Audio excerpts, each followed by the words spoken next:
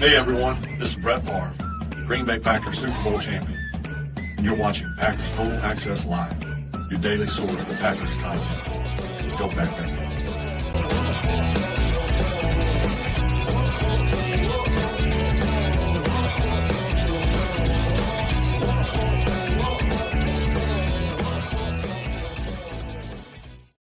What's up, guys? Welcome into Packers Total Access. My name is Clayton. You can check us out on packernet.com. Find me on Twitter at Packers_access. Email us, PackersTotalAccess@gmail.com. You can text us, 865-658-5824. Join alongside Tim in Green Bay. We got Jacob the Beard in Wisconsin on the Minnesota border, here to talk some Green Bay Packers tonight. As we had a lot of news really break today, man. We had Goody's presser, some interesting comments there we'll hit on. We also had a coaching change here right before we went live. We'll mention that. Well, we also got another defensive coach getting interviewed as a DC in different parts of the NFL. All that stuff we're going to hit on, along with some draft talk, prospects, all that good stuff. But before we do, man, I just want to hand it over to you, Tim. I know we got some sad news today, and you growing up in Milwaukee like you did, I'm sure this really hit home for you. I know Bob Uecker, special place in my heart growing up, being a big fan of Major League, and he's just one of the gems of Major League Baseball. That breed that's just dying off, that made the game so fun for me growing up. But you have the floor, Tim, man. It's a sad day with you, right? Sad day in sports, especially for, baseball, Brewers baseball in particular. Lost a legend, right? Mr. Baseball passed away. 90 years old, though. The Lord blessed us with 90 years of Uke. And called baseball games up until the day he passed. Rest in peace to Bob Uecker, an absolute staple in the sporting world, but especially baseball. And yeah, being a County Stadium kid and growing up in Milwaukee, man, that's the voice of a childhood for a lot of us, childhood and adulthood for a lot of us that were lucky enough. So just want to send our condolences to his family and of course, to the Brewers organization, too, as well. Rest in peace, Bob Uecker. Mr. Baseball, for sure. That's definitely an understatement. That guy exuded everything that was right about that game. Yeah, definitely. Jacob, you got any memories of Bob Uecker? I don't think you were really a baseball fan, but obviously you knew who the guy was growing up in Wisconsin. He's an absolute living legend, right? Get up! Get out of here! Go! Yeah, actually, I wasn't a big baseball fan. I was more when I was younger, but I never got the Brewers games because I was so close. I always had to listen to the Twins. But my best friend Brian, who recently passed, his family was obsessed, and they paid for all the holy crap packages for. He would always have that game going, and his dad would listen to like replays on in the garage and stuff like that. So and it wasn't, he's Major League, right? The movie. Oh yeah. Yeah. Like, so that was my biggest, my dad used to love, we'd play Major League. What was his name on Harry Doyle? Harry Doyle. Harry Doyle? Yeah. He'd get a drink of that Jack and go. Yeah. So I knew who he was before I knew who he was, kind of thing, if that makes sense. I just didn't quite know how to place it. But yeah, I mean, that's one of those, he's up there in the royalty of announcers, of this Pat Summerall's, John Madden's. He's that for baseball. You know what I mean? For sure. Yeah, my first introduction to Uke was as a kid watching Major League. Growing up in Kentucky, we never seen Milwaukee games. That was just something that didn't happen, right? And when you watch Major League, it's like, this dude, that movie is not a tenth as good. You know what I mean? Like, it's literally, when you think of all the great moments from the movie Major League and Major League 2, 90% of them were Bob Uecker. Yeah. He made that movie what it was. And half of those were Uecker just ad-libbing, not even scripted. It was just him being him. If you guys, and I'm sure you have, if you have not seen Major League and Major League 2, go watch them. And I'm telling you, man, him being drunk in the booth or acting like he was drunk in the booth. And when Willie Mays Hayes and Rick Vaughn get into a fist fight on the field, and literally Uecker wakes up and he starts doing fight commentary. I don't know, Harry. He kind of feels that. And of course, Major League, filmed on location at Milwaukee County Stadium as well.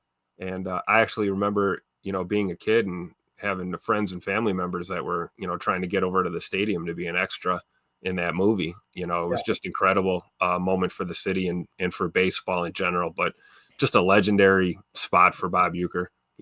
Of course, no stranger to the cameras, right? I mean, we all remember Mr. Belvedere, right? If you're old enough, Uecker did a little TV acting too, so he wasn't a rookie when it came to getting in front of the camera. That's for sure. Yeah, but the way he wakes up from that drunken stupor and says, "I don't know, Monty. It looks like Hayes is carrying his left a little low. This could hurt him." Awesome. He was the man. He was up there in the wife beater too. What he had the white on passed out. Oh, it's great, dude. I gotta rewatch these. I haven't watched those in way too long. I gotta rewatch. They hold up, man. They hold up. I think you appreciate them more as you get older. As a kid, you don't understand half the stuff he's saying, and then you get older, you're like, oh my god, this is just masterpiece, absolute masterpiece. I think it's one of those unique films that there's not many that are like classic sports movies that also are the comedies. You know what I mean? You got like Caddyshack, Happy Gilmore, sure, yeah, The Water Boy. You know what I mean? Something like that. But like it's a classic. Maybe Slapshot would be in that genre. Yep, definitely. All right, so again. Thoughts and prayers go out to the Uecker family and the Milwaukee Brewers family and all the fans. Obviously, like Tim said, 90 years with that dude. What a blessing, right? What a blessing to have him on the face of this earth, to add a little joy to this crazy little place, right? So, yep. All right, let's do it, boys. Let's jump in to a little news here. Matt Schneidman had tweeted out from the Brian Gutekunst press conference. I listened to it earlier today, and he said, Brian Gutekunst, quote, "We need to continue to ramp up our sense of urgency. I think it's time we start competing for championships." Now, some people take that and they just kind of roll their eyes. We talked about it, right? With the receiver core in general, like this is just one specific look at the roster. If you try to go out last year and get like a true number one or go spend a bunch of money, you might be stopping the progress of some of these young receivers, right? So I kind of feel like this year was, hey, let's get a really good, solid look at these guys. Now, will they stick with that receiving core? It's possible, right? But at the same time, you know what you've got in this roster, and I feel like Goody is ready to turn the page and go, okay, let's take one step further into the water, and let's try to put a contender together here this year, right? Not that you wasn't a contender last year. There's a lot of comments he made. Did you guys get a chance to listen to the presser? If you didn't, we've got grabs here that we can hit on for sure. But I caught like the first 5 minutes, and then I got away. No, I didn't catch it. Did you listen at all, Jacob? I have not had a chance to really catch up on anything. I worked 10 hours today and just dropped on as soon as I could here. Gotcha. There was a lot of good nuggets in there, and we're going to get to them. So we'll keep on scrolling through. Also, want to give a shout out to Josh Jacobs, man. I love that he tweeted this out. Sergeant Major Kevin Bennett has been a Green Bay fan since 1962 and served 34 years in the U.S. Marine Corps, including 10 overseas deployments and countless combat missions. To honor him and say thanks, I'm joining USAA and the Marine Corps to send Kevin and his wife to the Super Bowl in Nowlin. And salute to service. Pretty cool that Josh Jacobs took a second to tweet that out. I thought that was awesome. So, as if I needed another reason to love Josh Jacobs, But, well, here we are. Semper Fi. Appreciate that. That's awesome. That he's doing that, man. He's the real deal. Yeah. And Matt Schneidman tweeted out, Gutekunst says he wants Quay Walker here for the long term, and Devontae Wyatt was the most consistent interior pass rusher. Says both had their best years yet. Decisions on both of their fifth-year options coming Somebody's up. Getting some Krispy Kremes. First thing I thought of, man. I rolled over earlier and I looked now and went, it kind of feels. Now, watch him not give a fifth-year option either after saying that, right? That's exactly what will happen. But, no, it's listen, he's not going to say negative things in the media, but I also don't think that Goody is dishonest. If he's got a negative thought, I don't think he's going to say it, right? But I think when he speaks positively, I don't think he's blowing smoke here. I think he does want those guys back. Of course, he wants everybody back. He said that in the presser, too, for the right price, of course, right? So what do you guys think about this? Reading into it here, it kind of sounds like Quay Walker and Devontae Wyatt might be a part of the future here for the right price. I think they have to be. And the thing is Goody, there was a time period where everybody was kind of questioning how he ran the team, especially how his draft picks were showing out, especially the early draft picks, the early round ones. But guys, if we take a step back and if we look at some of these drafts and how they panned out, specifically the Rasheed Walker, Sean Ryan, and Zach Tom draft, you add in the Dobbs and Watson there, and and a few of them now it's shown that it might not be year one, it might not be year two, but around year three, you will see like some actual crazy jumps that all of a sudden you start scratching your head thinking, all right, well, if anything, Goody's flaw may be that he sees guys that are so underdeveloped that it takes a dedication of them, like a good solid 2 to 3 years before he gets to that return on investment. You know what I mean? So, and he's pretty blessed because in this league, I mean, we've seen it. There's not a lot of owners that are willing, or fan bases that are willing to sit around and let guys age on the shelf like a fine wine and then pull them off when they're ready. You know what I mean? They want, it's a give it to me now. It's the not for long, or the not for, what is it you call it? The NFL is the not for long. Yeah, it stands for not for long. Yeah. For sure. First time I ever heard that was Jerry Glanville. He was cussing out a ref on the sideline. And he said, "It's the NFL. That stands for not for long when you keep making calls like that."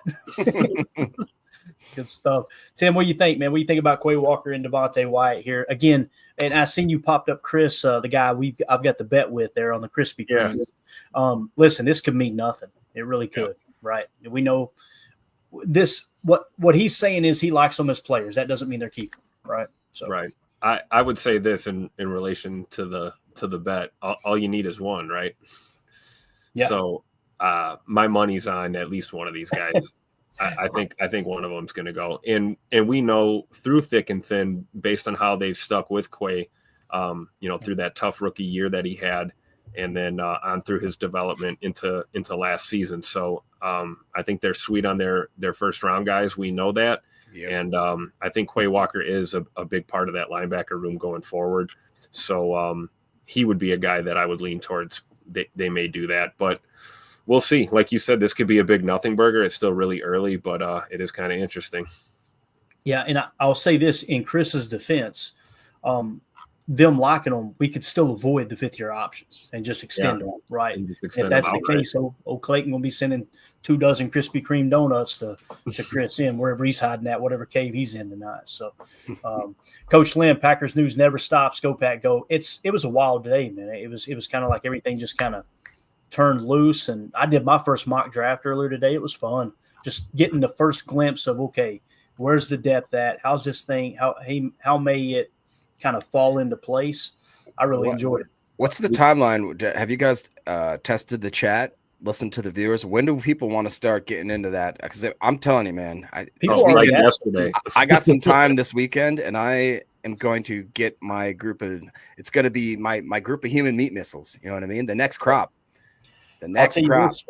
We doing this exercise we've done based around needs. I've already got 1, 2, 3, 4, 5, 6, 7, 8, 9, 10, 11, 12, 13, 14, 15, roughly 20 prospects that I've got earmarked like, hey, these are the dudes I'm excited about. So, and I want to give a shout out to, we had mentioned last night that a Patreon member had asked us to do a mock, but he was just joking. And he ended up saying, hey, I was just joking there. Dave Colvin. So Dave Colvin was being sarcastic with it. That's why he did it in all caps. But he's not the only one that's sprung it up. There's been several people going, hey, man, we need to do a mock draft. We need to do a mock draft. We'll do it, Again, it's important to kind of handle everything in order, too. The first thing that's going to come into play is, all right, who's going to be back on the roster as a Packer, right? That's already on the roster or was on the roster here in 2024. And it really starts with those contract restructures too. And one of those obviously at the forefront is Jaire Alexander. This was Brian Gutekunst speaking on Jaire Alexander earlier today. Tom Silverstein tweeted out, General Manager Brian Gutekunst said there's frustration from both sides with cornerback Jaire Alexander's situation, but there's no disconnect between the two sides. He said they can afford him this year, and that's not an issue. So, when you read that, there's multiple layers to it, I think. I think Goody's trying to guard his words pretty closely. What he's saying is, hey, look, there's nothing really wrong with the contract. The problem is he's not been on the field is kind of what it feels like. Now, that's not an issue. He said they can afford him, and that's not an issue. He said there's no disconnect between the two sides, but there's frustration from both sides. I don't know. When you kind of reverse engineer this, it does to me feel like everything we said all along, there's probably going to be a restructure asked for. And if Ja says, nope, not changing anything, which I think he will because he's got less guaranteed money. That's why many people, when they hear us say that, they think you mean he's got to take a pay cut? No, it may look like a pay cut on paper, but he's actually getting more guaranteed money if you restructure some of the base salary to signing bonus, which we've talked about all the time here. So what do you guys think? Let's go around the horn with that one. Let's start with Tim here, then we'll go Jacob, then we'll get Emilio's take on it here with the Jaire Alexander situation. Welcome in, Emilio. Thank you. Hit it, Tim. I think with Goody's statement here, I mean, frustration from both sides. So clearly, right? Packers are probably frustrated that he's, hasn't been available. It is what it is. And Ja's probably frustrated that he hasn't been able to play. And kind of, a little bit of question marks in that cornerback room now after the way this year ended. But I think the thing that I gather is Goody saying there's no disconnect between the two sides. So maybe Ja, coming back from the Philly game and doing locker clean out and stuff like that was the reason why, I don't have anything nice to say. I'm not going to say anything. That was just maybe the best way he was able to handle, saying no comment, because there isn't a complete breakdown. There's obviously open line of communication. But I think at the end of the day, when you're talking about an extension here, I do think that that's something that's going to be, presented, a possible restructure, and see or not an extension, but a restructure conversation will happen. It's just a matter of, how receptive Jaire is to that idea. Because at the end of the day, if he doesn't want to be a Packer anymore, then I don't think any of us would want him to stay here and play out that contract. So I trust Goody to do what's best for the team and not what's necessarily best for Jaire. And that's what can be tough when you're trying to be a GM and take care of your players, but also take care of the franchise, which is the big picture and the most important. So I don't know. I don't know if this gives us any new information other than that at least there's definitely no reason to believe that there's, no conversations being had between the two sides. Yeah. Jacob? Yeah, I just think that there's obviously something going on with Jaire, and I think it might be mostly ego. And I think that because if you look at there's really no reason. .com says it here. What the HE double hockey sticks does Ja have to be frustrated with? He's been getting millions to not play, and obviously that's pretty blunt. But I kind of understand that. Jason Wise says kind of the same thing. He says, "What does Ja have to be upset with the Packers about? He's the one that hasn't been playing." I understand that as well. Ari Yarnmeyer must restructure part-time play. That to me is my sentiment right now. I think he's a guy that wants to be treated kind of like a diva, in my opinion. And I think that when X came in here, that's another thing Jason Y mentioned. He goes, I think having X back there allowed the linebackers to focus on stopping the run. I think that having X back there put a lot of pressure on Jaire, even if he wasn't going to admit it. And we've got younger guys that have shown that they're willing to at least that they've had some decent numbers with Stokes, even Ballantyne, even Nixon. I have similar thoughts about Nixon that I do with Jaire right now. So, with Gutekunst saying what he said, I think he doesn't talk just to talk. He doesn't do a lot of coach speak. There's usually something below Gutekunst.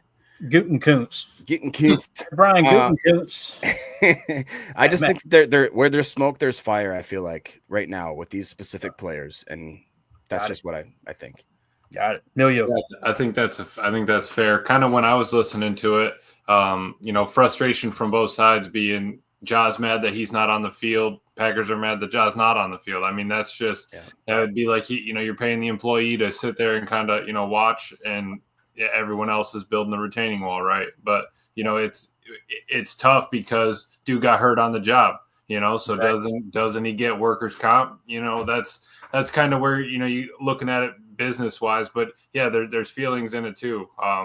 But I really don't. When he said there was no disconnect in how he said it, I really think that they could square it away, and it really could not be a problem. If X was looking at this team like, hey, we were close this year, or I'm sorry, Ja was looking at this team, we were close this year, and I wasn't even playing, dude, I could spark this team. If you got that kind of mentality as a player and you want to bring that spark, bring that fire, I think that he would maybe say, hey, let's go and get a ring or two if I take a pay cut and make this happen. I already got X next to me. I actually have a safety back here now.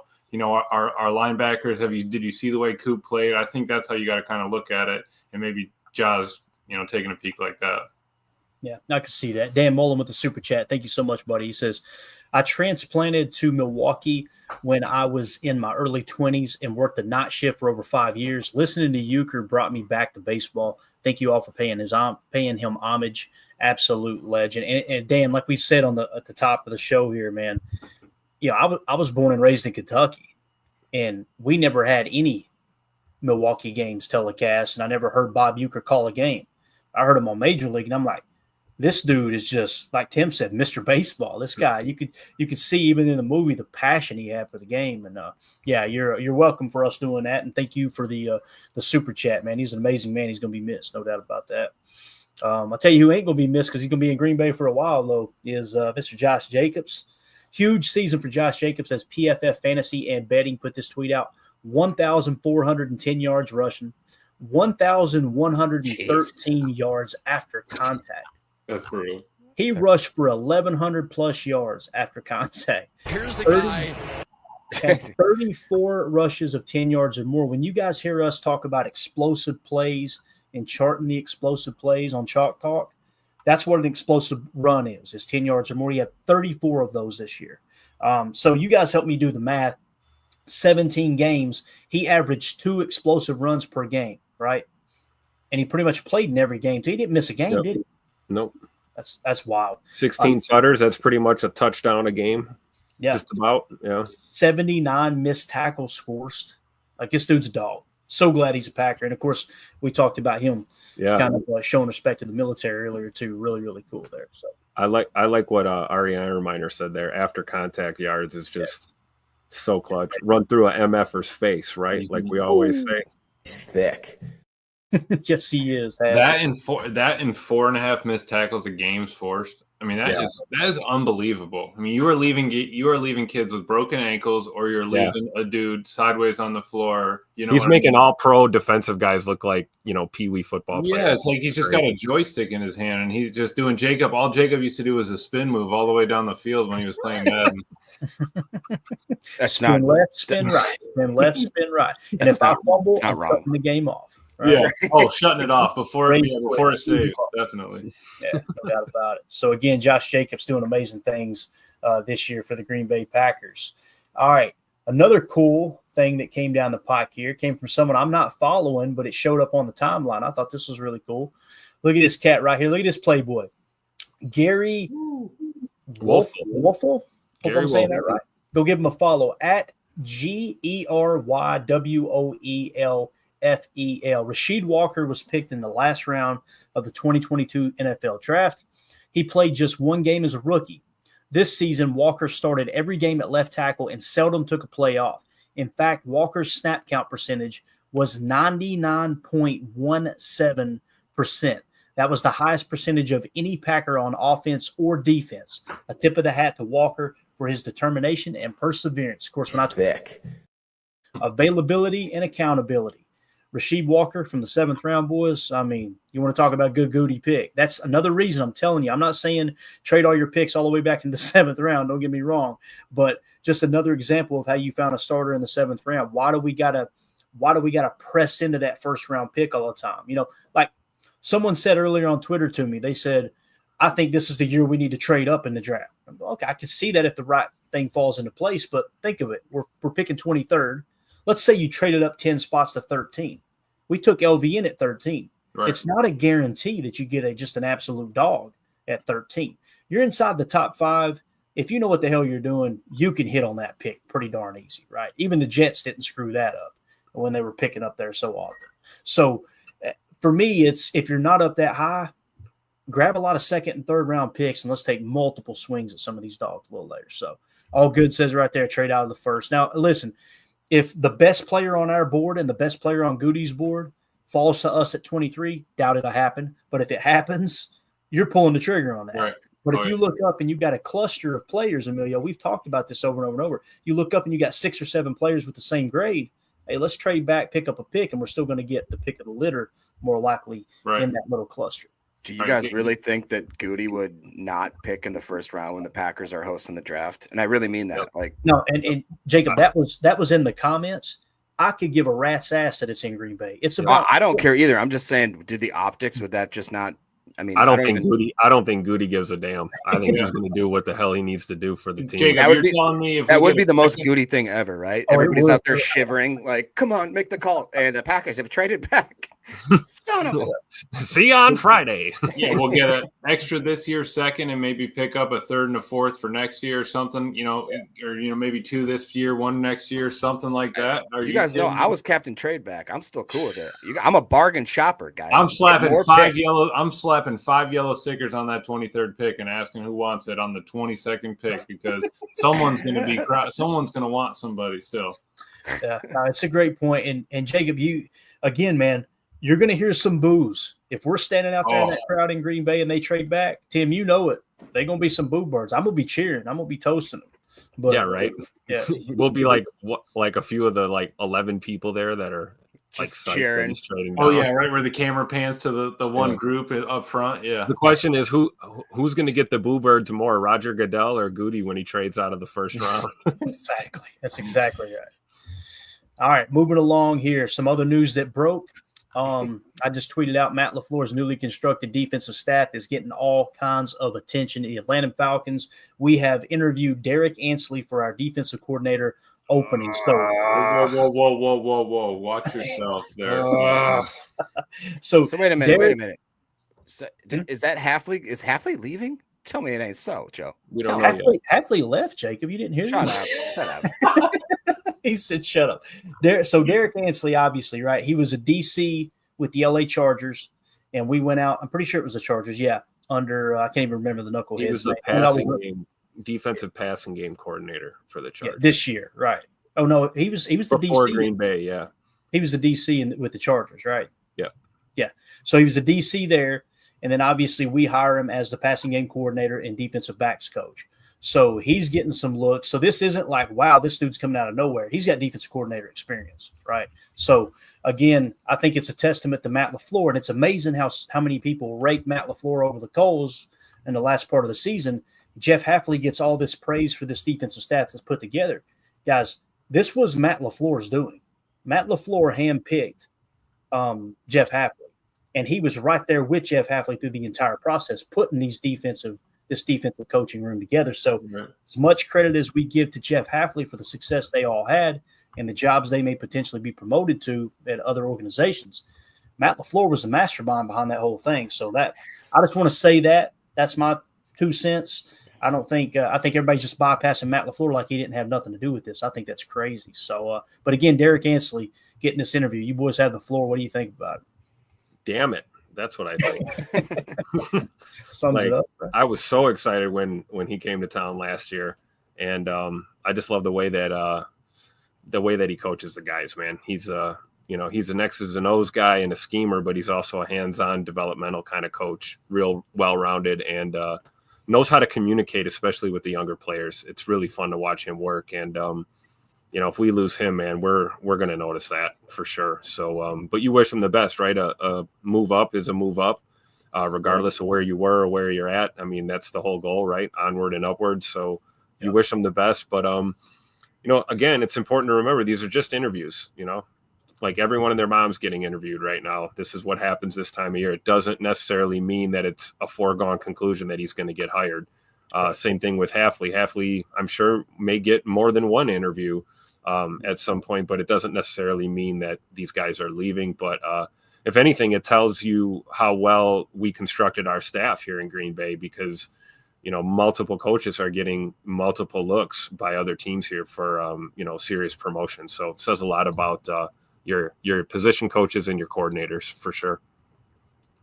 Yeah, I mean, when you build a squad like that, and I was hoping that we weren't going to get poached, but I mean, the fact that this keeps popping up, they're seeing what we're doing. We were the third place team. We couldn't hide our 11-6 record. You know what I mean? Close on the wins and had tough on the 14-win team. So I think that it's obviously a good thing for our team, just because that our skill and our areas are growing. Tough that they got to go at some point. They got to go out and get their money, provide for their family too. Yep.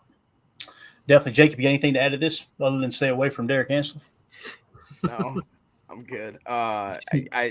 It you is just have that private chat, but we're trying to run a professional program here. It is interesting to see how the turntables, as Michael Scott says, The turntable is added.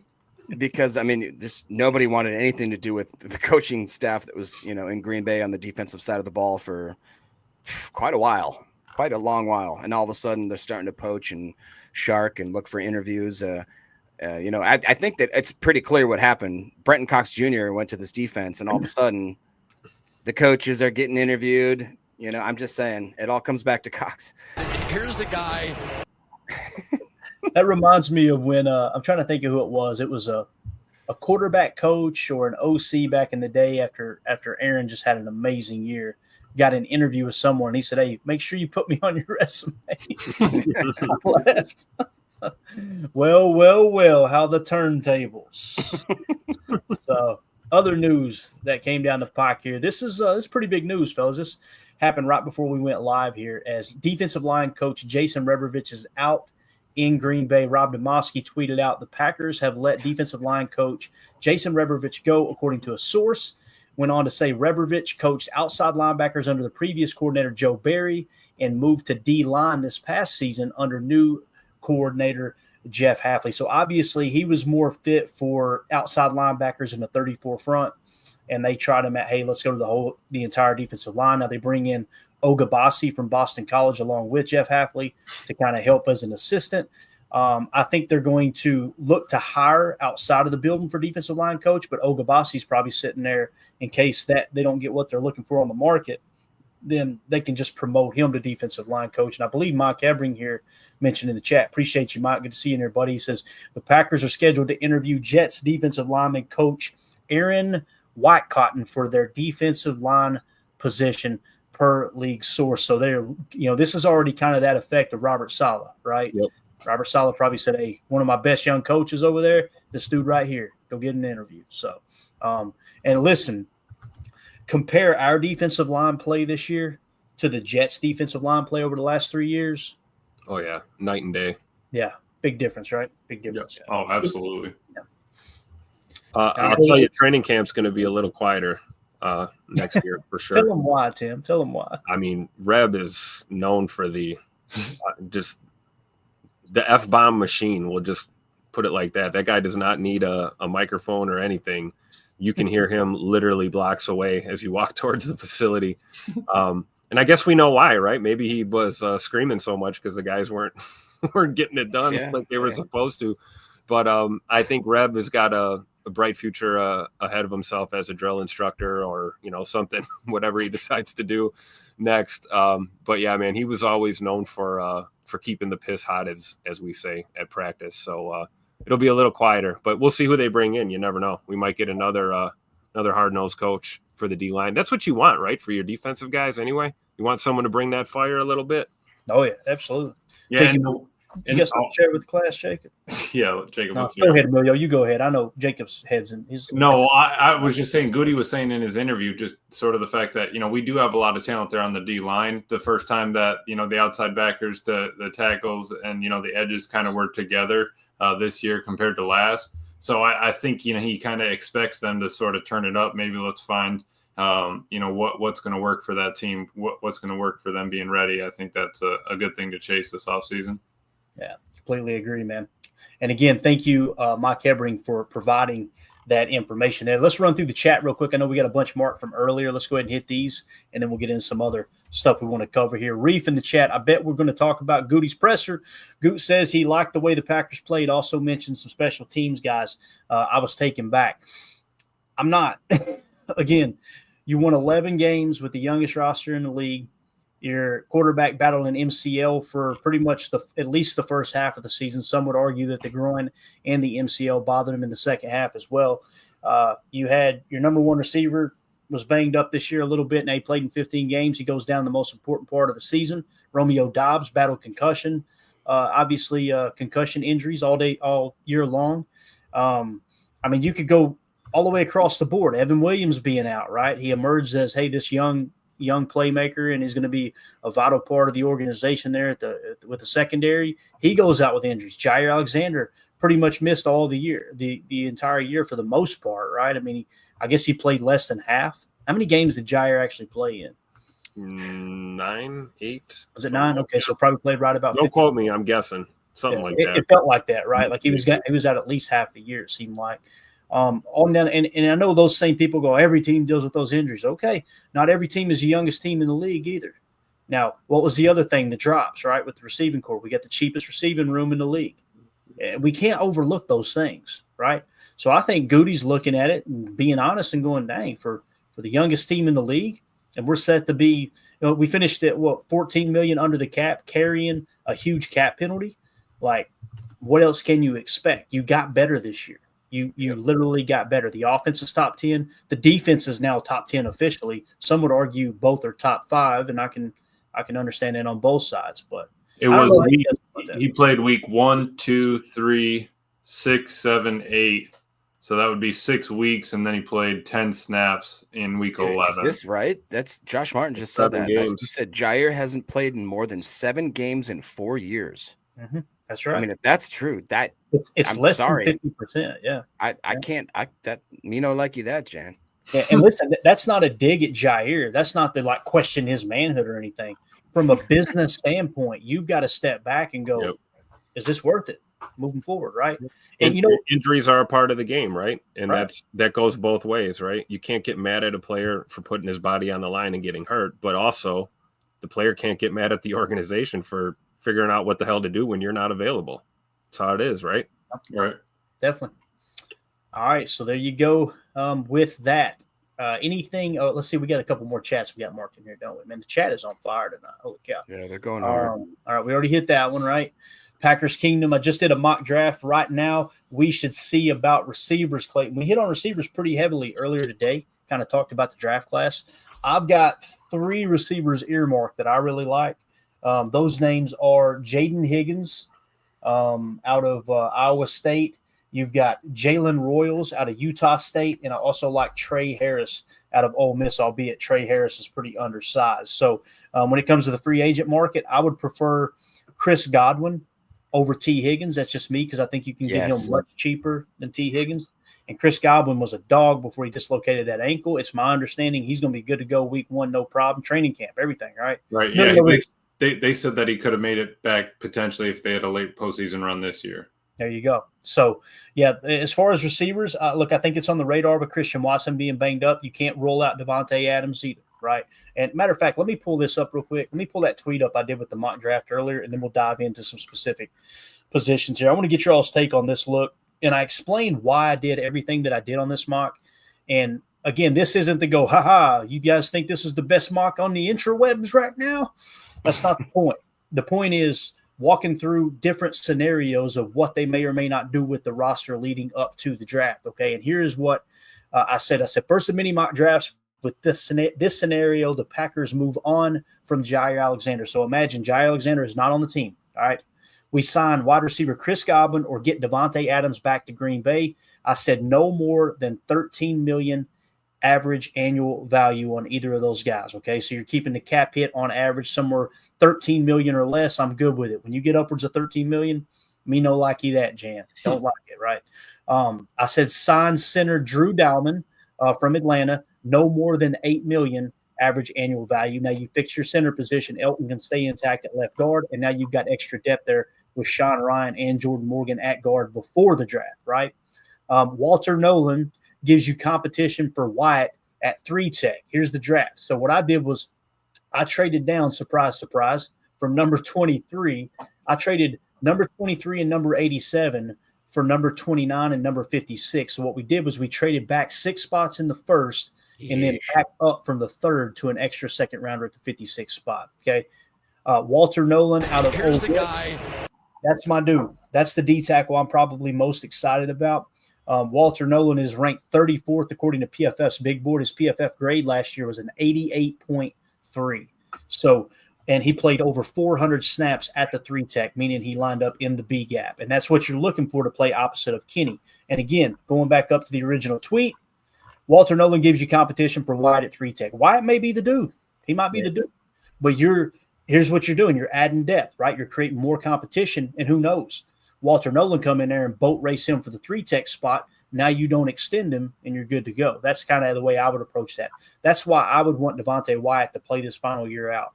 2 reasons. You get the best version of Devontae Wyatt because he's playing for his football career in a contract year, and you did not give him the 5th-year option, and I'm okay with paying for those donuts.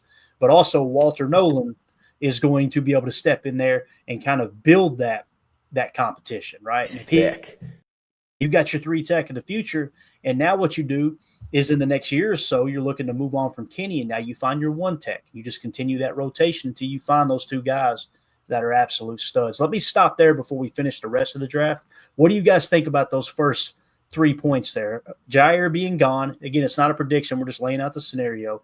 Chris Godwin or Devontae Adams, let's start with that. Would you guys be okay with that, or do you see a better option in your opinion? I don't care who goes first. Go ahead, Jacob. Yeah, if we have to sign a big name player, I think those are the 2 that stand out by far, especially just with the fit. Obviously, we know what Devontae brings to the table.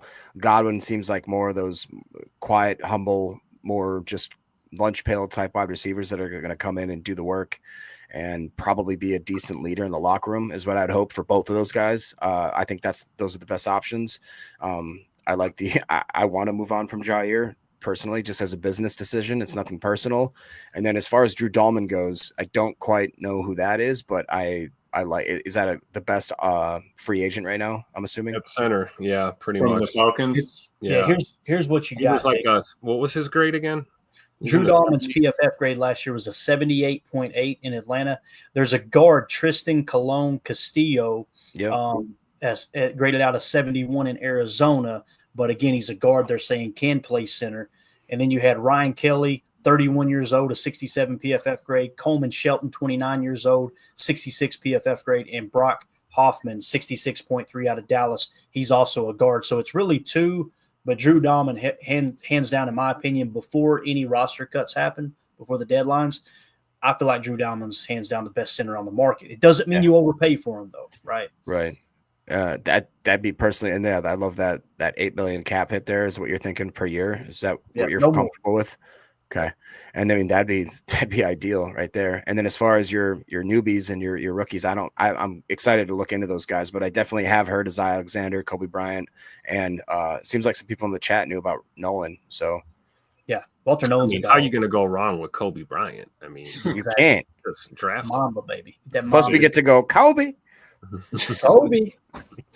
That's what we've been waiting for, Jacob. But yeah, no, I think that I mean, maybe Goody just keeps staying young at wide receiver, takes another shot or 2, and just says we have what we need, and save that $13 million. You never know. Good. But yeah, it's a great idea. If Tate does come, I'm for it. But I could also see him going the other way and say, hey, screw it, I'm just going to stay young there, and maybe we can pull the trigger, like you said, on that center, bring him in, solidify that, so we know heading in we can bring in some D-line talent and maybe somebody to help the secondary, maybe a backer or 2. I think that might good plan. I like it. Yeah, and again, Jaire Alexander starts at cornerback outside. Majority of his reps were outside, 6'2", and he had an 84.6 coverage grade, so got good size there. Also, I said we fixed the lack of depth at offensive line. We seen in the Philly game, Jordan Morgan returning inside along with 2 rookies. Those 2 rookies that we drafted were Charles Grant out of William and Mary and Chase Lunt out of Connecticut. What are the odds that if we draft Jaire Alexander that he rocks 23 and nobody's got to buy new jersey? That'd be hilarious. That would be awesome. See, now we're thinking outside of the box, boys. That's what I'm talking about. I knew Jacob would love that, right? Packers would never let that happen. They're changing that number ASAP. So with this prospect, Charles Grant here, he's a true left tackle, if I remember correctly. Okay, so he's a true left tackle. When was the last time we drafted a true left tackle and tried to play him on the inside? It was last year with Jordan Morgan, right? So you've got a little precedent there. Some people go, all right, he's a left tackle. Say it again, knucklehead. How many times we're going to do this? All Goody was talking about in his presser was how the line was, mobile and can play different spots and play different. He's like, we're lucky that we have 4 or 5 guys that can probably play every position on this line. He said Zach Tom included. He said, we thought he could probably be a good center for us if needed, but right now he's obviously setting his feet as a great tackle in the league. But you're exactly right, Clay. And William and Mary, listen, they're not playing a bunch of powerhouses, right? But he dominated 90.1 PFF grade. Charles Grant had. And then the other tackle we took was Chase Lunt. If I remember correctly, he played right tackle the majority of the time. So there what you have is you've got a guy who has left tackle experience that could, like you said, you're looking to kick inside if you need to, but he can be the backup left tackle, and you get your backup right tackle, and you don't have to worry about the whole Kadeem Telford thing happening again, right? And who was the other guy? Andre Dillard. Didn't see. No, come on now. My boy Travis Glover can get that reps too. So just want to. Are you really going here? Are you really going here, Emilio? Can you remind us what his PFF grade was against Philly? Subpar, Yeah. but We'll take it. We'll just leave it at that. yeah. So those are the two offensive linemen I was kind of looking at there. Did Jacob have to run? Yeah. You didn't see that shenanigans in the private chat? I bet he had the popo knocking on the door is what it was. All right. So Jay Higgins out of Iowa, really, really interesting prospect there at linebacker. As I had said earlier, obviously Iowa's always got a dominant defense, really, really good there. I said, bring back Eric Wilson, okay, and then you add Jay Higgins to replace McDuffie, and Hopper's role gets expanded there, right? So that kind of fills out your linebacker room if you approach it that way as well. And then for that last pick, just kind of best available. Well, I'm sorry, Kobe Bryant was really interesting. We talked to him. How about getting a backup slot corner, right? So you can keep Keyshawn on the outside. Yep. Well, Kobe Bryant, 6'1". He had 100+ combined snaps between the slot and the box, 80.9 PFF, but his run defense grade, 91.3. You put him in the slot and just let him kind of play inside technique and look to stop that run. Your run defense is going to stay solid again. And again, I believe in Javon Bullard as a slot. He played significantly better than safety. But here's just another way to get another guy depth on the roster with a run defense grade like that too. I imagine he would be decent on special teams, right? So I think it's a good look, especially if we're going to want to keep Keyshawn on the boundary going forward. And if something happens with Bull, like say Bull's got to go back to safety, we don't have to move Keyshawn. We'll have a contingency plan there. And like you said, we don't really miss. We don't take a step back, especially in the run fit. We got another physical slot corner that can step in there. So I like that approach. Yeah, I think we always have to, be on the lookout for a slot just because it's such an important position. We've struggled, being inside the middle of the field. I think that's big. Coming back to my previous point of Glover being the man, Adam Block says Glover can make a jump. Absolutely. That was the worst game for him to come into. That's the truth. That's a great point. JJ McQuaid said Glover's like putting a sack of potatoes at left guard. Joe said Glover sucks, man, was terrified. Brent in Indiana said that he peed himself. And Jen Wright was brought my point to text. According to Wall, the rookie tackle has good footwork. And you're dragging that guy into a high-stress scenario. When was the last time he played guard? I don't even think we put him in at guard last time. So give the kid a break. And, one of those calls was kind of And look who he was up against, too. Yeah, exactly. The next guy got works, too. High stress situations, boys. I don't have a good solid base when I come down that steps at 11:30 and forget I took the trash down. Man, he's on my ass. You know what I mean? I get a little nervous too. Can you be happy about it? A little bit of good footwork in that high stress situation. If you fall back to your fundamentals, even when you're in those high stress situations, that's what it's all about. If there's a solid base there that we can build on, that's all I'm talking about. Yeah, absolutely. I'll cede my point now. All right. I yield my time, Congressman. Yeah. All right, that's going to do it for hour one. For those of you listening on the pod, we'll see you on the other side for hour two. We appreciate y'all. All right, welcome into hour two. Anything else you guys want to hit on this mock draft, or you want to move on and kind of look at some of the other topics we got in terms of the next position we're going to dive into is guard and tackle, and kind of explain where the depth is there, both free agency and in the draft. Does that sound good to you guys? Yeah, I like it. All right, let's do it. Let me pop this over here. Let's start with the free agent market, and we'll kind of key in on the free agents according to PFF. Let's see if they've got any guards that are worthy of potentially signing as a free agent. We'll put this up here. Make sure y'all can see that okay. I'm sure you can, right? Let me adjust the filter. Let's go guards and just take a quick look, guys. There's a lot more guards obviously available than centers, and there's some dogs in here, it seems like. So here's some guards. Now the question is, do you want to spend big money on guards, right? That's right. The big question. If Elton kicks to center, right, let's just play that for a minute. If Elton kicks to center, then you're looking at Sean Ryan and Jordan Morgan potentially being your starting guards as it sits right now. I'm okay with that. You're looking for depth. Are you going to sign a guy to big dollars on the free agent market as a guard for him to potentially get beat out by one of the guys you want to win that job. Right now, Right. you could plug and play him at right guard and tell Sean Ryan to play back up. I feel like Sean Ryan played pretty decent this year. That's just me. So anyway, Trey Smith at the top of the list, PFF grade last year, 78.8. Guys, he's only 25 years old. He's still obviously playing here with the Chiefs as they're looking to go for another Super Bowl run. His projected contract, 40 years, $20 million per. A lot of money for a guard, right? You've got Will Fries, or Freeze, however you say his name, 26 years old, guard out of Indianapolis, 4 years, $14.3 million. Look at his PFF grade this year, albeit just 268 snaps, 86.9 before he got hurt, obviously. The year before, 61.2, 58.4. That would suggest this one doesn't belong, right? The 86.9 does not belong. Next, you got Tevin Jenkins out of Chicago, 26 years old. He's looking for 3 years, $13 million, according to the projection. His PFF grade is pretty solid. 2022, moving forward, 80.7, 72.6, 75.4. Next, you've got Kevin Zeitler. He's 112 years old.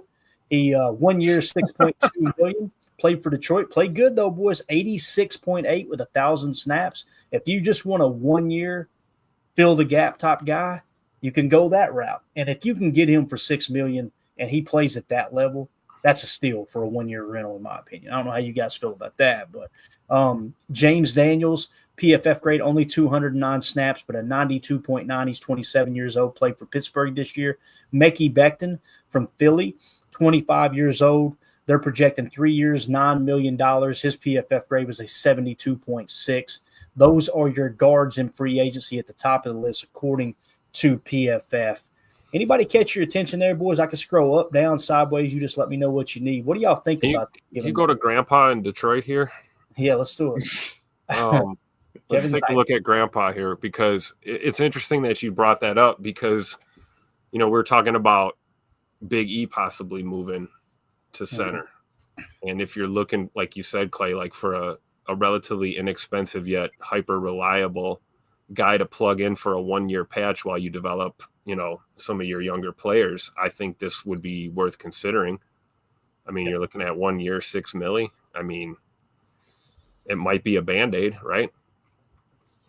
I mean, I think at the very least he'd come in and not be a liability, you know, like we saw what happened when Elton went out of that Philly game and the whole line just collapsed.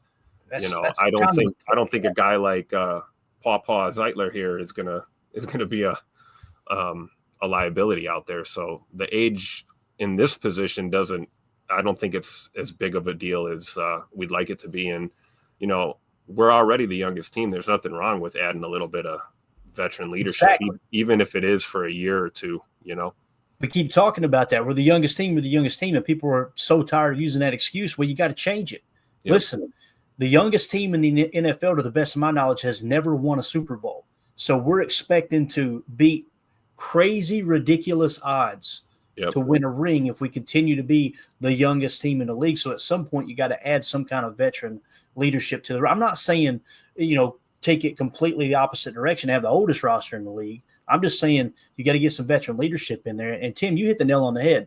If you relive that Philly game and it's Zeitler and it's Elton Jenkins are your starting guards, and one of those two guys go down, then Sean Ryan steps in, and that debacle probably doesn't happen, right? Yep.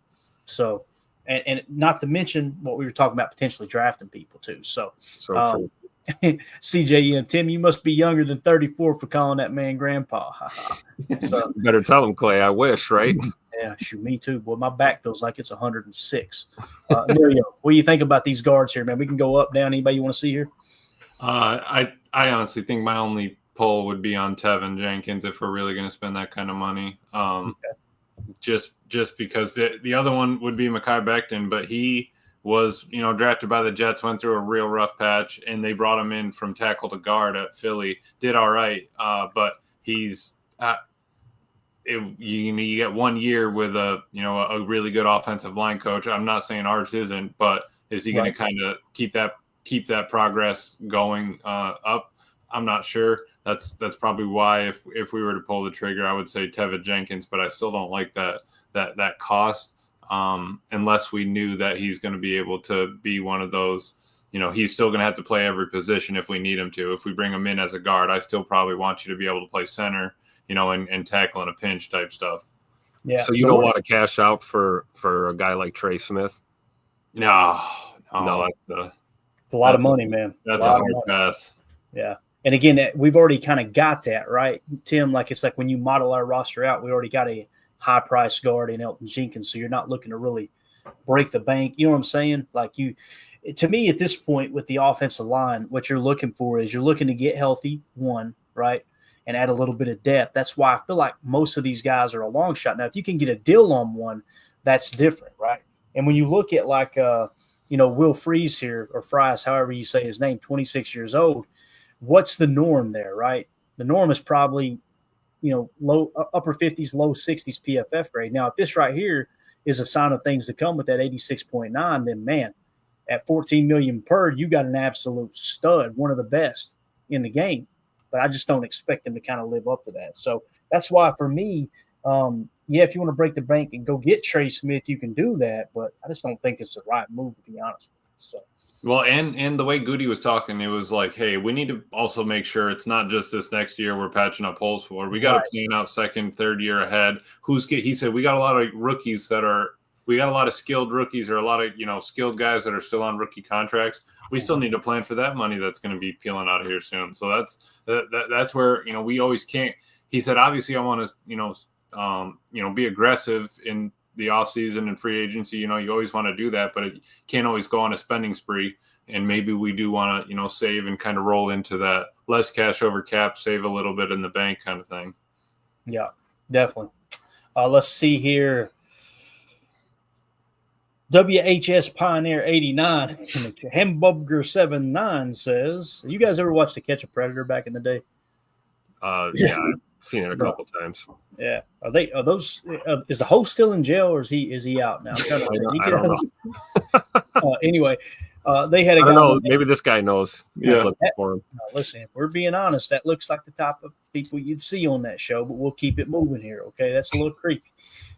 So Pioneer 89 says, isn't Zach Tom due a contract extension this offseason? He's going into the last year of his deal. And typically the way Goody likes to operate when he signs these guys is you want to get it done before camp starts, but sometimes it'll carry into camp, and by the break of camp, you got the new contract. So, yes, I don't know how you guys feel, but I personally expect Zach Tom to have a contract done before camp this year, and kind of, okay, you've got him locked up for the future. Now, if Zach Tom is really trying to pay hardball and try to get like highest paid tackle in the game money, Goody can always hit him with the franchise tag in the offseason. We know we like to steer clear of that, but that's an option too. I say pay that man his monies. So what do you guys think about that? You think he gets that deal done? Am I right too, Emilio? This is the last year of his contract, right? I believe so. Yeah, I think he gets that. I think that, like Tim's always said, back that Bring's truck up and just whatever stores you stopped at to collect money, just bring that over to Zach Tom. We'll figure out the difference, man. Yep.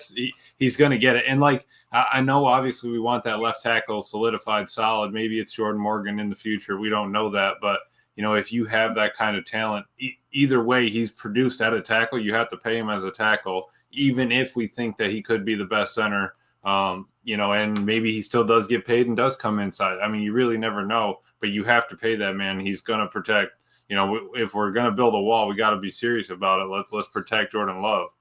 That's right. I mean, it's true. Like we talked about, a couple years ago, we talked about, could Zach Tom go to center? Would he go to center? And it's like, well, we know he can play there, but I think he wants that top tackle money. He wants to be paid like a tackle, and he wants to play tackle. And I think the Packers are content to do that. So I think I'm with you, Clay. I think a deal gets done before camp. And I was trying to get a look here too. If we were to look at contracts and we go specifically to guard, if I can figure out how to do this, man, I constantly forget how to break While it you're down. pulling that up, Clay, let me just show you here. Drew D said Pizza Hut has a deal for a large one-topping stuffed crust and 16 boneless wings for $20. Such a good deal. Yeah. Can't afford not to get that. You kidding me? That's Mandy's favorite line. We can't afford not to get it. Yeah, Y'all are the kings of free promotion, I swear. And listen, buddy, you about said something inappropriate. You gotta let me think my way through this one. Sometimes you gotta free promote, Tim. Oh boy, oh boy. And then, yeah, there were a couple. Ari Ironminer was saying something about his Pizza Hut just had a turn for the worse. It got turned into a different sort of shop. But yeah, no, that's good. You know, got a little hat on top of it. It's a good look. Ours is still greatly in business in town. But got it. All right. So what I was trying to do is get an idea of, okay, what are the most expensive contracts, right, in the league from an offensive lineman standpoint. Let me go ahead and take this down. We're pretty much done with it. Maybe I can get this on the screen just to show you guys. I want you to experience the shock value as well here, okay? I don't want to be the only one taking my medicine here tonight. Here are your top paid offensive linemen across the league. Now, keep in mind, I think this is average annual value, if I remember correctly. Or no, this is cap hit, right? Is this cap hit? Of course, it doesn't say. I'm pretty sure. Yeah, here we go. Listing the top salaries, cap hits, cash earnings, etc. Let's see if it does not differentiate. Yeah, cap hit. We're in cap hit. So these are the cap hits of the top paid offensive linemen in the league this past year, or actually in 2025, the upcoming year. $31.3 million per, or at least the cap hit this year for Tristan Wirfs. Now, that'll probably get restructured, I'm sure. right. Taylor Moton, right tackle for Carolina, $31.3 million. Laramie Tunzel, $28.5 million. He's a left tackle in Houston. Jawan Taylor, right tackle in Kansas City, $27.3 million. Joe Tooney, guard in Kansas City, $26.9 million. Brian O'Neill, right tackle in Minnesota, $26 million. Mike McGlinchey, $23.7 million in Denver at right tackle. Taylor Decker in Detroit, left tackle, $23.3 million. So if we just kind of go top 10 here, you're looking at $22.7 million to $31.3 million cap hit. All right. Now, again, some of these might be the last year of their contract. If we were to go average annual, I think we can do that. Let's see. Contract average is probably what we're looking for. You're looking at, on an average, any given year, somewhere around $28.1 million cap hit at the number 1 spot, and down around the 10 spot is 20.5.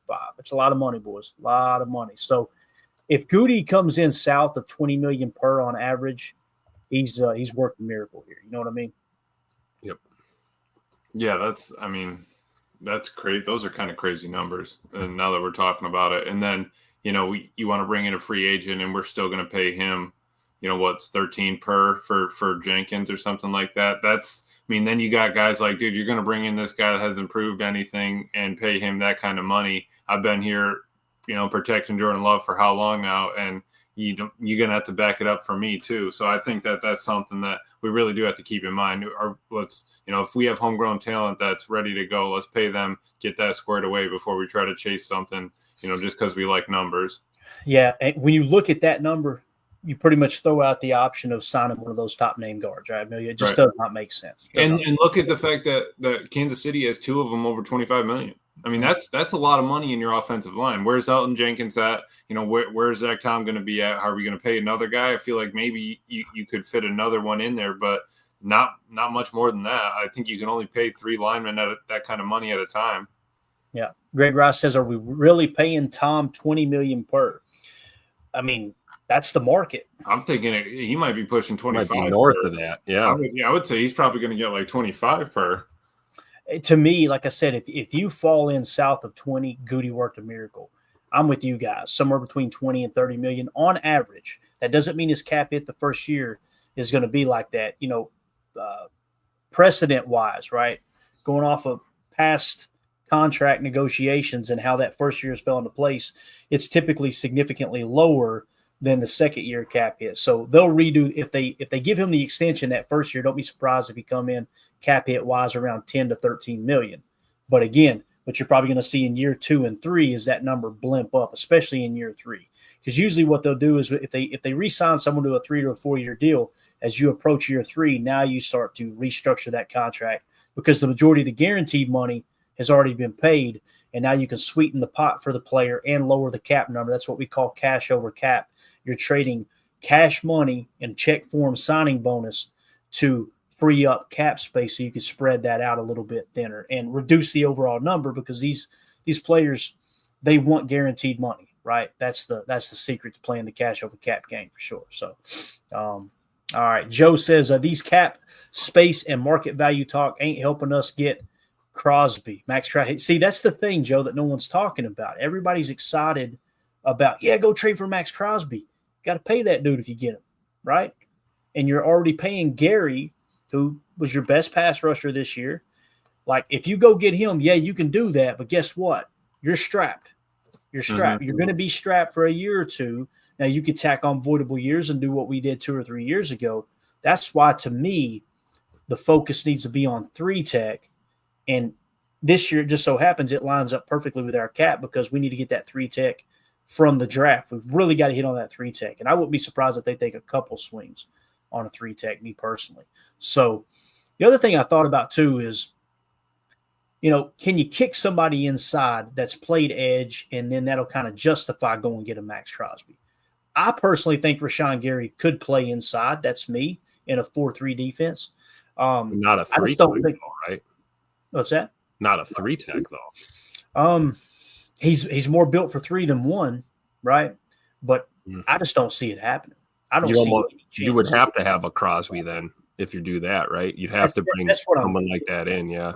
That's what I'm getting at, is like you can justify playing a 3-tech. So if you've got somebody at edge that you could beef up and put it 3-tech, that makes more sense to bring in someone like Crosby. Now you got your 3-tech.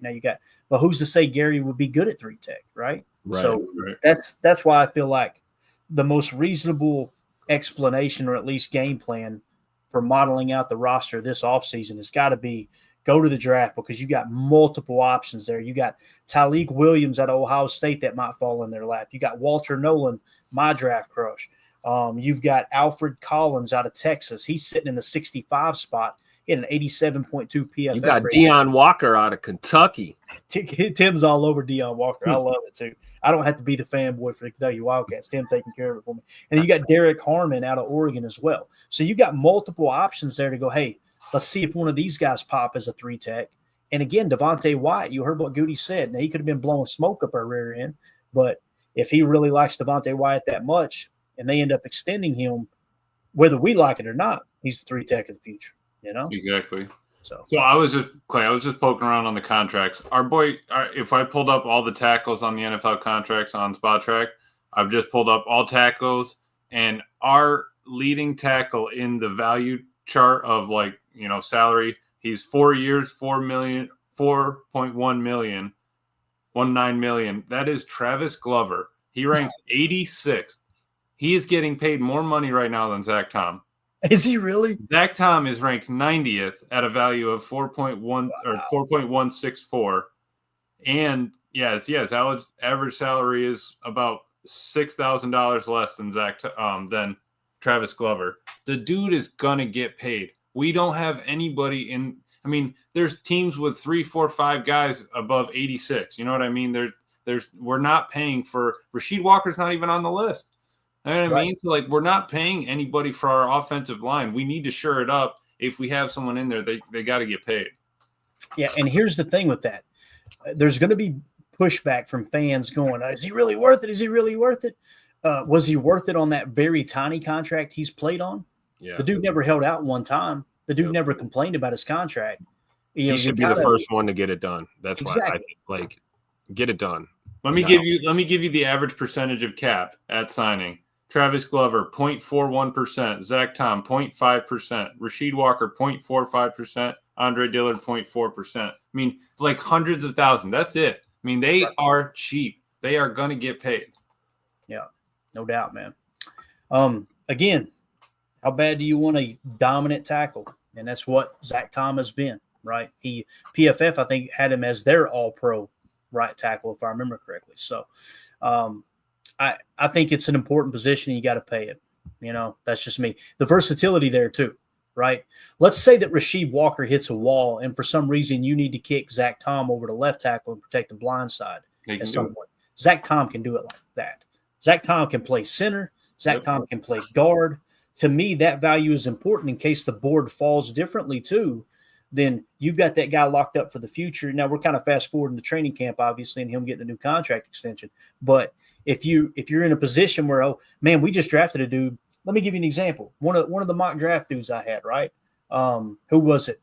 Chase Lunt. Let's say you draft Chase Lunt with the 123rd pick, and somehow, some way, he turns out to be Zach Tom's clone.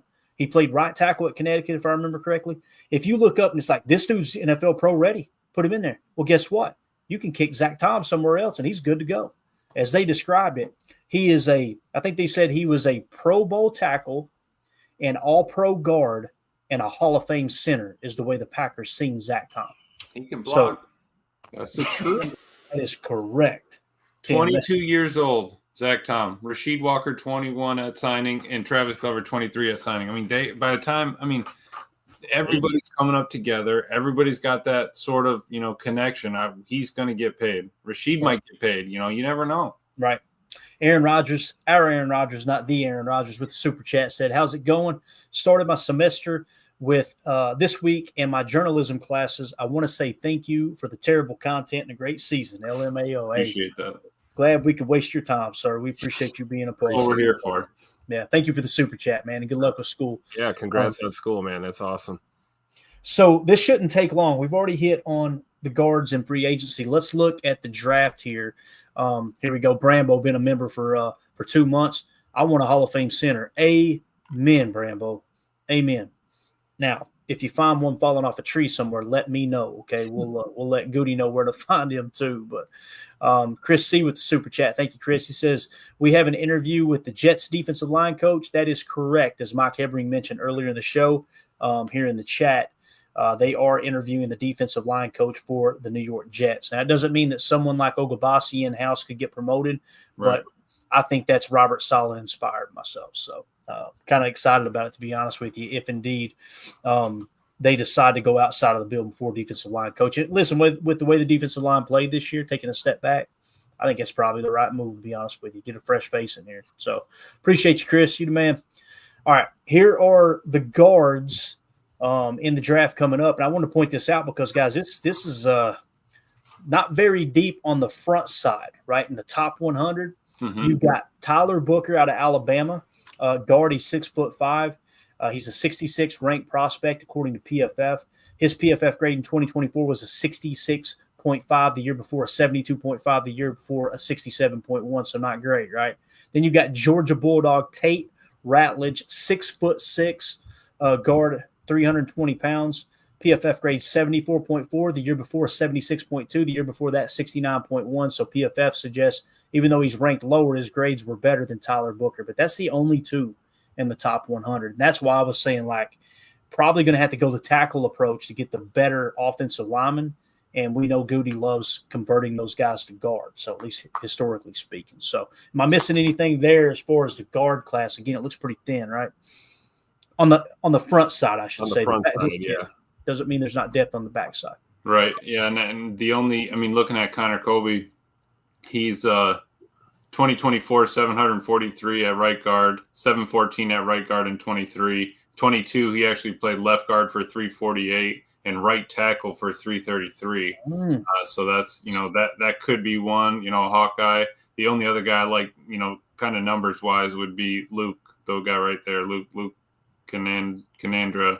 But he strictly played right guard, 803, 888, and 231.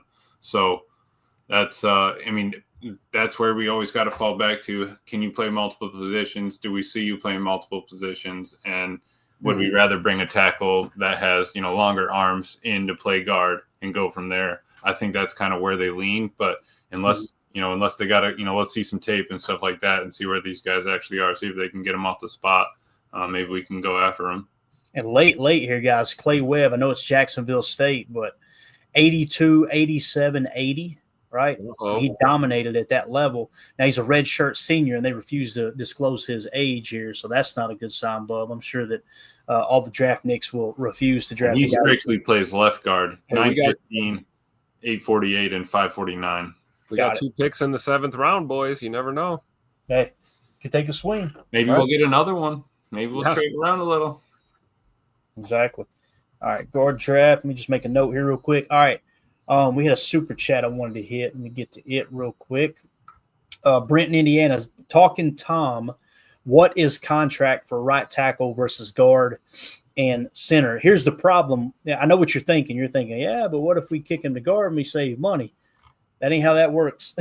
He's already played tackle. He's proven he's a tackle. He wants to get paid like a tackle, right? Mm-hmm. You might be able to meet in the middle a little bit, but I highly doubt it. Let me pull that screen back up we have with the salary cap, and let's just compare the difference between tackle and guard real quick as we go to the screen here. So we mentioned, and again, this right here is just contract average annual value. Okay, you take the whole contract, divide it by the number of years, and it kind of averages out. It's not necessarily the cap hit this year or the cap hit next year, right? Tristan Wirfs at the top of the list at 28.1. Let's see where the first guard falls in. Landon Dickerson at 21 million. All right. Then you got Chris Lindstrom out of Atlanta at 20.5. And then the next one will be Quentin Nelson at 20 million. So the top of the guard market is pretty much 20 to 21 million, right, Emilio? Mm-hmm. Is that correct? Yep. Very, very interesting there, man. And then was there a center or no? Let's see if we can find a center. First center, average annual Creed Humphrey, 18 million. Damn it. Why do you got to say it, Emilio? Why do you got to ask for the center knowing it's going to be Creed Humphrey? Yeah, that one's on me. But what I think is he's going to be pushing 25 after looking at those numbers. I mean, the dude is skilled at every position. There's no way we can just say he's a center and pay him 18 million and call it a day. I don't see it happening. Yeah.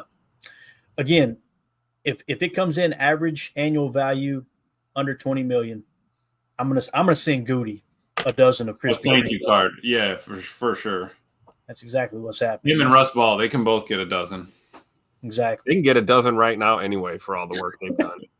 That's right. Brent in Indiana, thank you for the super chat, but hopefully that answered your question there, man. It's quite the difference between guard and tackle, for sure. Let's go through and see if we missed anything that's relevant here in the chat. I know y'all had some marked, but we're way backed up, ain't we? That's my bad. Let's see here. We were kind of just talking about this. We can't afford to move Tom to center because he'll still demand high, right tackle money, and you can't afford to pay that to your center. I think that's accurate. Yeah.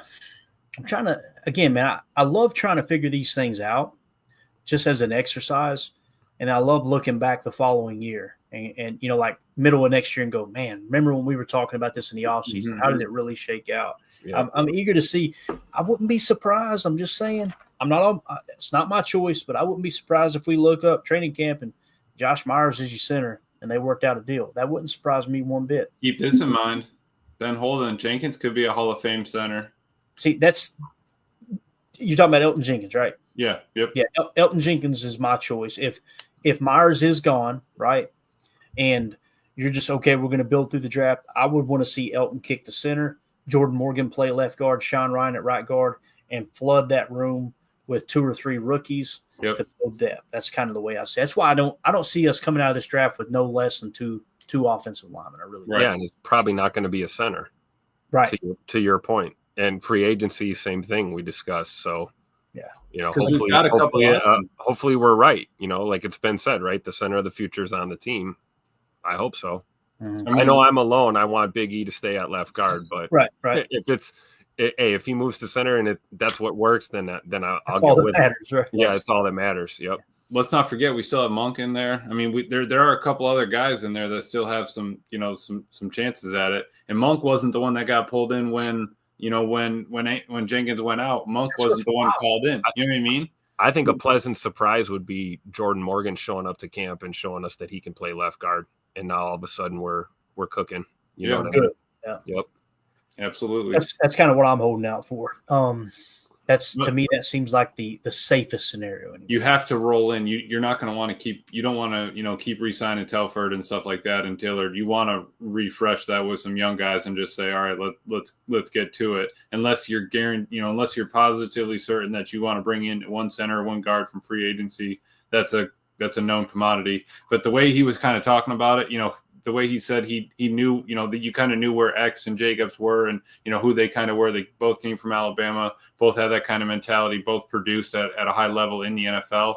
I think that's how he would be looking at if we're going to bring in somebody to make a statement in free agency, who's young, that has really produced good numbers, maybe played at a high school. That would be the chase.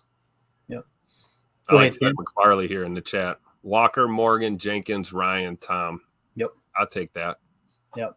And then if you look up and we're going to hit tackles in the morning for Good Morning Lambeau. We're going to walk through the tackle market as well as the tackle draft. Guys, there's a ton of tackles in this draft.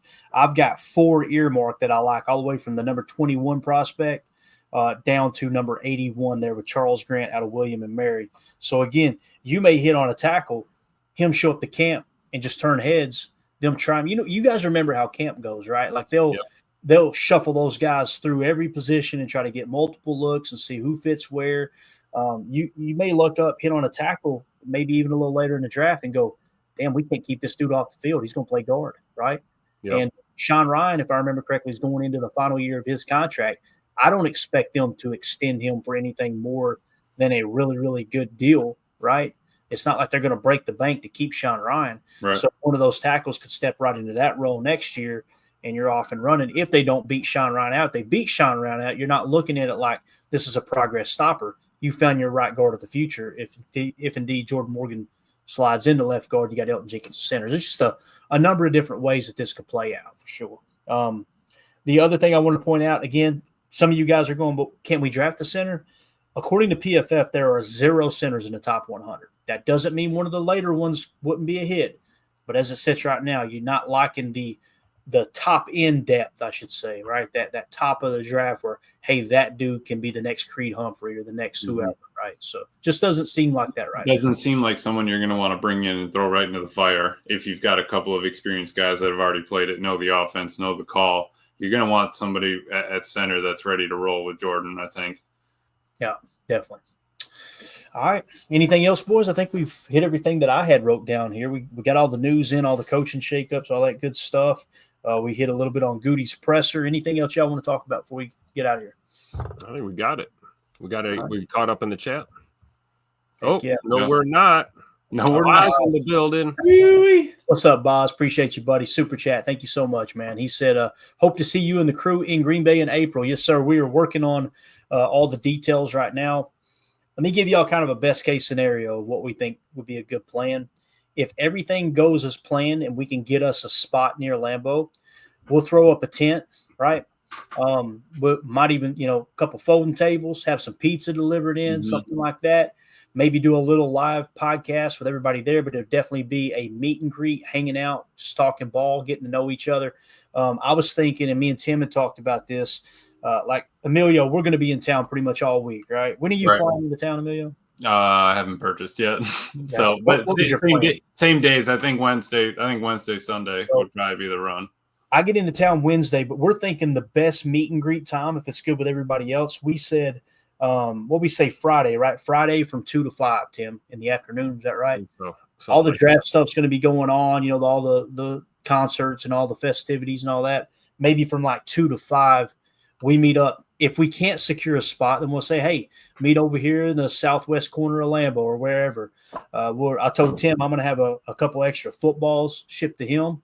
Get a couple Dukes out there. We'll have a pigskin to throw around, order some pizza, just hang out and chill. So that's kind of the plan we got. Now, what we'll do when the draft kicks off about an hour before, I'm going to go back to the house that we rented in Green Bay, and we're going to be set up to do a live draft show for everybody who's staying at home. We definitely don't want to neglect them and those knuckleheads are out partying, having a good time, and we're stuck here with no coverage. So we'll try to set that up at the house. So hopefully that answers your question, Boz. I'm telling you, man, you and Bates and some of the other loyal listeners, anyone is welcome. I think it's going to be awesome, even if it's for an hour or two, just to hang out and talk ball and see what everybody's take is on the current strategery going into that draft. It's going to be a blast, man. I can't wait. Yeah, absolutely.